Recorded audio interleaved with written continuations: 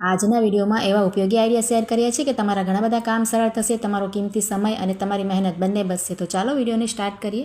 રીતના જે જાડા જેકેટ આવે છે ને તેને રાખવા માટે અને ઘડી કરવા માટેની હું તમને એક સરસ ટિપ્સ બતાવું છું. આપણે તેની ચેન આગળથી બંધ કરી અને આ રીતે ફેરવી લેવાનું. જુઓ, પાછળની ભાગે ફેરવી અને તેને આ રીતે આપણે ઘડી કરવાની. આ રીતે સ્લીવ્સ ઉપર રાખવાની અને બીજી બાજુથી પણ એ જ રીતે આપણે સકેલીને આ રીતે તેની ઉપર પણ સ્લીવ્સ રાખી દઈશું. હવે છે ને આ રીતે એક વખત તેને કરવાનું ફોલ્ડ અને આ બાજુથી પણ કરવાનું અને જે તેની કેપ છે ને, ટોપી હોય ને તેની અંદર તેને પરોવી દેવાનું. જુઓ, પોકેટની જેમ તૈયાર થઈ જાય ને પછી આપણે ઉપરની જે ટોપી હોય છે ને પહેરવાની ખૂબ જ મોટી હોય છે, તો તેની અંદર તમે આમ કરી લેશો ને, ટક કરી લેશો ને તેની અંદર, તો એકદમ સરસ નીકળશે પણ નહીં અને ખુલશે પણ નહીં. આપણે જુઓ, ક્યાંકથી પડી જાય ને કપડાં તો પણ નહીં ખુલે, એકદમ ઓછી જગ્યામાં આવી જશે. ખૂબ જ સરસ આઈડિયા છે, તમે ટ્રાય કરીને જોજો કોઈ પણ સ્વેટરને આ રીતે. ત્યાર પછી જુઓ, ક્યારેક આપણે આ રીતે શાકભાજી લઈ આવે ને, ડુંગળી બટેટા કે કોઈ પણ વસ્તુ, તો તે લોકો છે ને ગાંઠ એવી બાંધીને ઝીણી દેતા હોય કે આપણાથી ખુલે જ નહીં નખથી, આપણે ફાડવી પડે થેલી. તો તેના માટે આપણે છે ને કોઈ પણ એક નાકું છે ને આ રીતે હાથમાં લઈ અને તેની આટી વાળવાની. જુઓ, ખૂબ જ ઝીણી આટી આપણે વાળી લેવાની, એકદમ ઝીણી.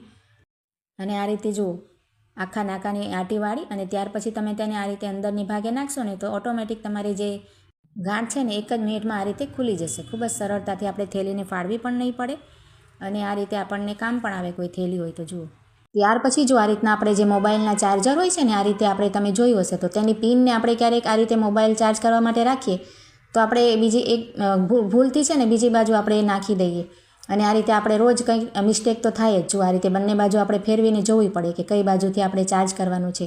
તો તેના માટે શું કરવાનું, એક સરસ આઈડિયા છે. આ રીતે નેલ પોલિશ આપણી પાસે હોય છે ને તે આપણે લઈ લેવાની. જુઓ, અને જરા કમથી આપણે લગાવવાની છે, વધારે નથી લેવાની. જરા કમથી લગાવી તેની ઉપર બ્રશની ઉપર અને તેને છે ને જ્યાં આપણે ચાર્જ કરવાની હોય છે ને રાઈટ સાઈડ હોય છે ને તેમાં આપણે આ રીતે એક નાનકડો ટપકો કરી દેવાનો. જો વધારે આપણે ચોપડવાની નથી, ફક્ત એક ઝીણો આપણે બિંદી જેવો ટપકો જ કરી દેવાનો છે અને સુકાઈ ગયો છે. જો અહીંયા મેં થોડીક અમથું રાખ્યું છે, 1 સેકન્ડમાં જ સુકાઈ ગયો છે અને નીકળશે પણ નહીં. તમારે સરસ આ રીતે બિંદી જેવું તૈયાર થઈ ગયું છે. જુઓ, હવે જુઓ, ક્યારે પણ આપણે મોબાઈલ ચાર્જિંગમાં રાખવું હોય તો આપણે મિસ્ટેક ના થાય. આપણે આ નિશાન હોય ને તેની ઉપરથી આપણે ઓળખી શકાય કે આપણે આ બાજુથી ચાર્જરમાં નાખવાનું છે, એટલે આપણે પિન પણ તૂટવાની બીક નહીં રહેશે. અને ઘરમાં જો ઘણા બધા ચાર્જર હશે તો આપણે ચાર્જર તરત મળી પણ જાય. પછી જો આ રીતના આપણી પાસે કિચન હોય છે ને અને વધારાની આ રીતની ચાવીઓ હોય તેમાં આપણે નાખવી હોય, કિચનમાં આપણે પરોવવી હોય તો તેની જે રિંગ હોય છે ને તમે જોયું હશે કે એકદમ કઠણ હોય છે. આપણે આ રીતે આંગળીથી કરતા હોઈએ તો ક્યારેક તો આંગળીમાં વાગી જાય કે દુખવા માંડે, નખ આપણું તૂટી જવાની બીક રહેશે. જુઓ, આ રીતે જાયને આપણે ખૂબ જ જોર લગાવીને, તાકાત લગાવીને ખેંચવું પડે.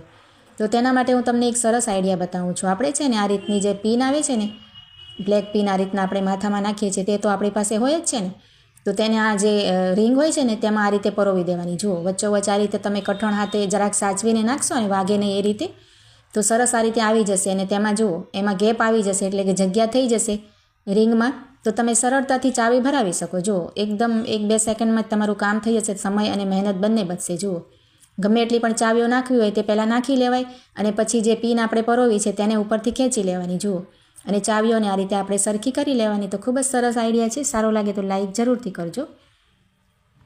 ત્યાર પછી જો આ રીતના મસાલાના આપણે પાઉંભાજીના અને મોટા પેકેટ લેતા હોઈએ ને આ રીતે કોઈ પણ મસાલાના, તો આપણે તેને આ રીતે ખુલ્લું રાખીએ છીએ ને ફ્રીજમાં, તો ક્યારેક ઉતાવળમાં આપણે કાઢતા હોઈએ તો ઢોળાવાની પણ બીક રહેશે અને તેની જે સ્મેલ હોય ને તે પણ આ રીતે ઓછી થઈ જાય. આ રીતે ખુલ્લું ના રખાય.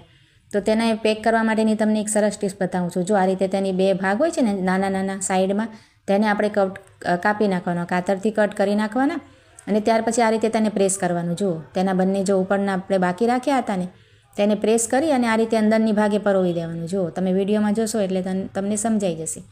આ રીતે એક ભાગ પરોવી દેવાનો અને બીજો તેનો ભાગ છે ને તેને પણ આ રીતે આપણે પ્રેસ કરી દઈશું તો ખૂબ સરસ પેક થઈ જશે. તમારે ઢોળાશે પણ નહીં અને સચવાઈને સરસ રહેશે. જુઓ, લસણ છે ને એકદમ ભીનાશવાળું આવે છે, નવું લસણ આવી ગયું છે તો આપણે ફોલવામાં ખૂબ જ કંટાળો આવે ને આપણે હાથ નખ પણ દુખી જતા હોય છે ઘણું બધું. જો આપણે લસણ ફોલવું હોય ને તો તેના માટે તમને એક સરસ આઈડિયા બતાવું છું. આપણે આ રીતે કળીઓને અલગ કરી લેવાની અને તેને ઝાટકીને કચરો આપણે અલગ કરી લેવાનો. જો આ રીતે તૈયાર થઈ જાય ને ત્યાર પછી આ રીતના એક બાઉલ લઈ લઈએ અને તેમાં બધી જેટલી પણ ફોલવી એટલી કળીઓ આપણે નાખી દેવાની. જુઓ, અને જરાક અમથું પાણીને છે ને આપણે હળવું ગરમ કરી લેવાનું. જુઓ, વધારે ગરમ ઉકાળેલું પાણી નથી લેવાનું, હળવું ગરમ. આપણે આંગળી પણ નાખી શકાય. જુઓ, હું તમને નાખીને બતાવું છું.